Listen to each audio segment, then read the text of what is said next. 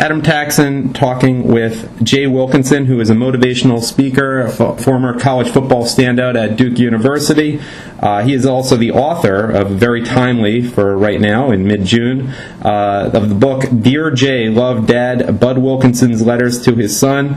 Bud Wilkinson is the legendary football coach from the University of Oklahoma, though I guess Barry Switzer and Bob Stoops have become legends as well through the decades, in part because of Bud Wilkinson's creating such a great program.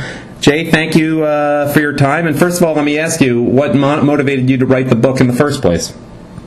Well, Adam, first, thanks very much for having me on your show. It's almost 3 years ago, Adam, that I was asked to deliver a keynote address to commemorate a room named in my father's honor at the Oklahoma Sports Hall of Fame building. And during that talk, I read part of a letter that he'd written to me when I was in graduate school. I'd never done that before in any talk, and it was very well received. People, I think, really liked hearing about the letter. So I decided to go back and reread all the letters that I'd kept, and as I studied their contents, I realized that they contained remarkable insights into themes as relevant and as vital and as important today as when they were written 50 years ago. And I asked myself, golly, what times obviously have changed, but what lessons concerning leadership and parenting and positive reinforcement and communication and values did my father share with me that I could pass along to others? And that's why I really decided to write the book. Was Father's Day a special time in your household, or was it sort of just a hallmark holiday, or was it something you made a big deal about?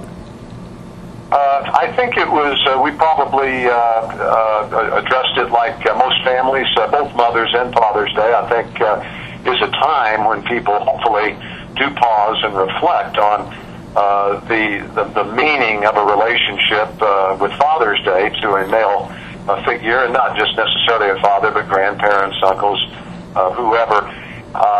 My dad and I, and my older brother Pat, Adam, who was 20 months older than I, all had a very special bond.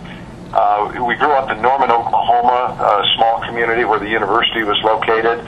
And the only thing that was different in our household was the fact that our dad was famous. Other than that, it was a very normal upbringing. But Dad traveled a lot. He was involved, obviously, in recruiting, Coach of the Year clinics, lecturing to our armed services overseas. But when he was home, we just had a wonderful time, whether it was playing gin rummy or shooting baskets in the backyard or going out and playing golf. He was a wonderful father. Tell us how your father's letters were very helpful when you made the transition from living home to going to Duke as a recruited football player, and you found it kind of challenging at first, from what I've read in your book so far. Yeah, that's true. How about, did the letters really help you adjust during that time?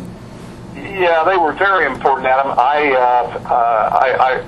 older brother Pat and I had been influenced and conditioned by our mom and dad that when we reached the age to go off to college, that it'd probably be better to leave the state, because they knew and we knew that he had an iconic stature, not just in the state of Oklahoma, but nationally. He was very well known, and they just felt it would be better for our own development to gain our identity outside of the state. But with me, it was a little bit different, because I had played football fairly well, and I was, I think, the number one recruit in the state of Oklahoma. I was a quarterback and had a great opportunity to be my dad's starting quarterback. What was tough to do was to leave this great tradition. To put it into perspective, Adam, my dad became head coach at the University of Oklahoma when he was 31. I was 5 years old. And they never lost a conference game until Halloween my senior year in high school.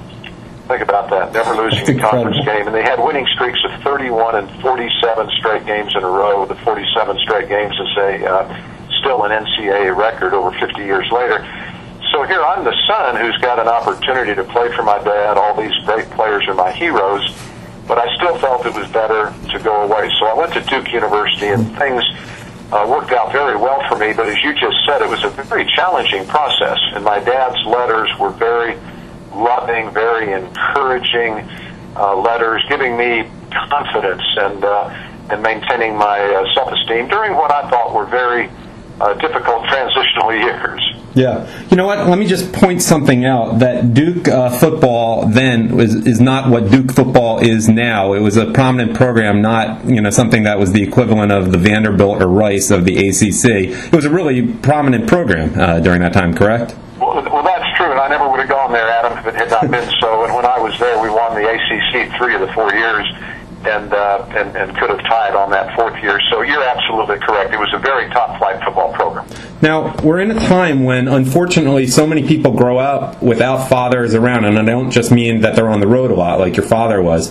What can someone who did not have the benefit of growing up with a father as a presence, or even knowing their father, particularly get from reading your book? Well, I think, and you're absolutely correct, Adam. There, I think, a preponderance of players that come from one-parent families in today's environment. People in general, not just... That's the challenge, and I think that the takeaway from my book is just the importance of people taking the time to sit down and perhaps write a letter of encouragement and love and support. And if the father's not there, hopefully a surrogate father or a mother or a grandparent or a coach or a mentor, a teacher will do the same thing. I think we're all very much influenced by the mentors and the teachers that we're involved with. It was not just my dad, but all the coaches and teachers that I had growing up. Really from junior high to high school through college, and then later in my life, I cannot tell you the importance that they made to me in my growth and the development. And I think it's the same with everyone, Adam. I think that mentors and leaders are so very important to the development of important values and the proper attitudes. Any final thoughts you want to leave people with, whether related to Father's Day or related to the book or just in general? I think, again, just the importance of taking the time to mentor and to encourage people.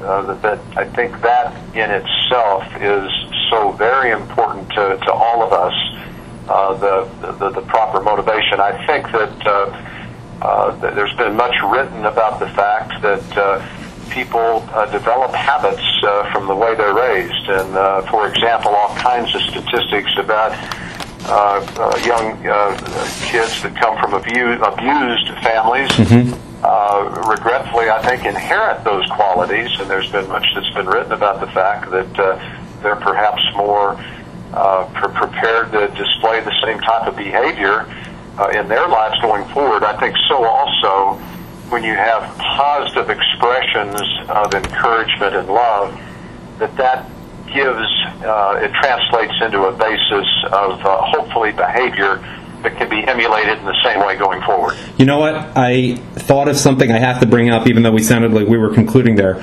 I'm in Pennsylvania, and I'm reading your book about what a great role model was, what a great position of trust your father had with his players.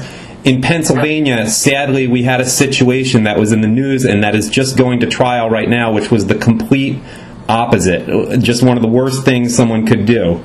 Do you care to give any thoughts about that and just the Penn State program or anything related to that in general with Jerry Sandusky? Just that as with, I'm sure you and with all of your listeners, I think we've all been just shocked, and I was just actually absolutely surprised by everything that I've read in the paper.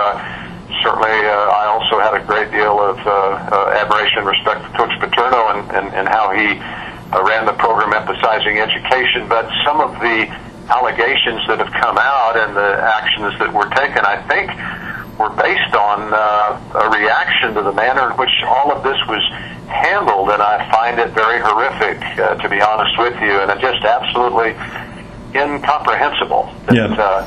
If these acts did indeed take place, as it seems that they might have, that somehow somebody didn't stand up long before now. So I don't mean to sound judgmental in any way, but I'm very concerned about the young men who apparently were abused, and I'm certainly glad it's working through the legal process. Yeah, it's so far out of the mainstream. College football has a lot of violations that I don't even know if you can read much into it, because it's just such a perversion of normal behavior that I don't think of it as anything more than an outlier, but that's just my opinion.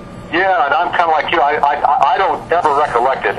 Certainly, we both know that there's been an evolution of gay people coming perhaps out of the closet, and I think that's a whole different issue. I think that's basically the genetic makeup of people, but this is much more of a predator and abuser issue, as we both know, and there's just no basis for it. I'm still just somewhat in shock and disbelief, and we both know that coverage is going on every day as we speak, and I'm as astounded today as I was when this story first broke. It's just a shame that Joe Paterno's career in life had to end in the way that it did. It really was, because he did so much good for so many people, and I again agree with you. It was just a tragic ending to a story of a coach who certainly did many admirable things in his career. Of course, much less awful for him than the victims of Jerry Sandusky. But sorry, absolutely, you have to go back.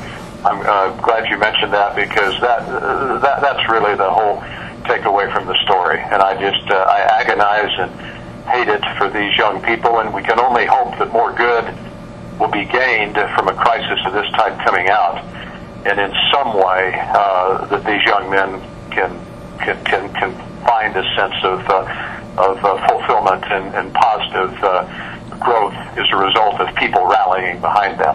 Sorry to end with on that note, but I had to bring it up at some point. Anyhow, I've been talking with Jay Wilkinson about his book, Dear Jay, Love Dad, Bud Wilkinson's letters to his son. Do you have a website or anything that you want people, a way to get in contact with you or to find out more about the book? My website is www.winningthewilkinsonway. That's all one word, .com. So www.winningthewilkinsonway.com.